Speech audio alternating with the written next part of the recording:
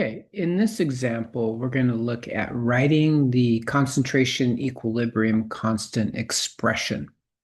So if we look at the question here, it says write the equilibrium constant expression for this reaction. And the reaction is 2H plus aqueous plus C2O42 minus aqueous.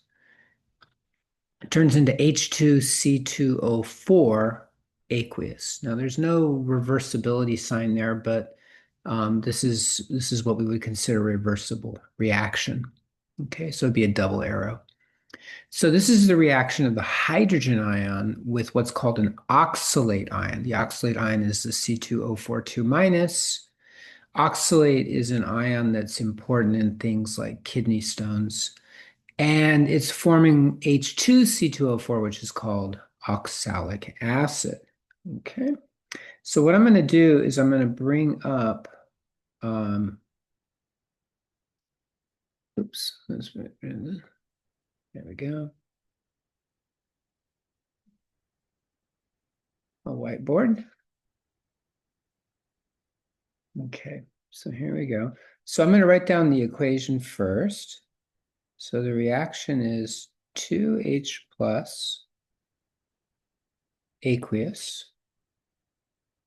plus C2O42 minus aqueous, and I'll put in the double arrow here. H2. So let me come back to the eraser here. Erase that. H2C2O4. And again, that's aqueous. Okay, so the equilibrium expression, we're going to assume we're going to do Kc, which is C is concentration. So Kc, that would be the equilibrium constant using concentrations. The notation is square bracket. When you see the square bracket notation in the context of equilibrium constants, that's referring to concentration. So it's telling you that this will be the concentration of whatever's inside the brackets. So we're going to do products first. This is the product.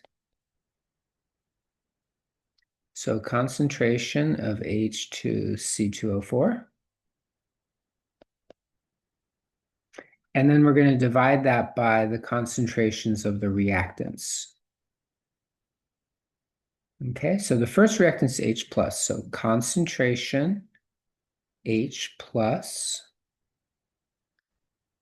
But then we note here there's a 2 in front of the H plus. And the rules of how we write equilibrium expressions is that whatever the coefficient is, whatever the number in front of the material is, that becomes an exponent. So it's going to be squared. So concentration of H plus squared. And then we're going to multiply that by the concentration of C2O4, 2 minus. Very simple exercise, right? So it's product concentrations divided by reactant concentrations. We're using bracket notation. Whatever the coefficients are, those become exponents outside the bracket. So this would be H plus squared. And since the other coefficients are ones, we don't need to write any coefficients for the H2C2O4 or for the C2O4 2 minus. And there you go. There's your Kc expression. If we knew the concentrations of these three materials, we would be able to calculate the equilibrium constant if we knew what their concentrations were at equilibrium. And there you go. So let's come back now.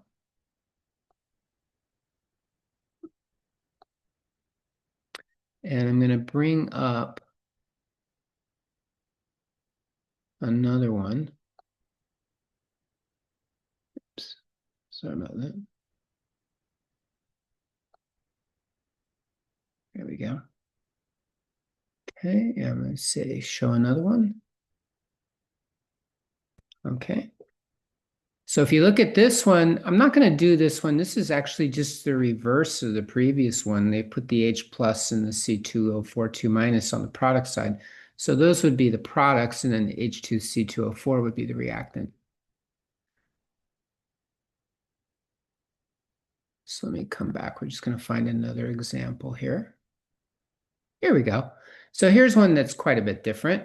This one is, it looks like the first reactant is what's called acetate, CH3COO minus. And the second reactant is C2H6O2. The product is C6H10O4. And the second product is OH minus. Okay, so I'm going to stop sharing. Let's bring this up. Go. And let's bring this up here. Okay, so I'm going to write the equation again up here at the top. So 2CH3COO minus, again, that's aqueous, plus C2H6O2 aqueous. And again, we'll write a reversible arrow. And then we'll find C6H10O4. And then 2 hydroxide ions. Okay, so again, products over reactants. So Kc would be equal. Here's your first product, C6H10O4.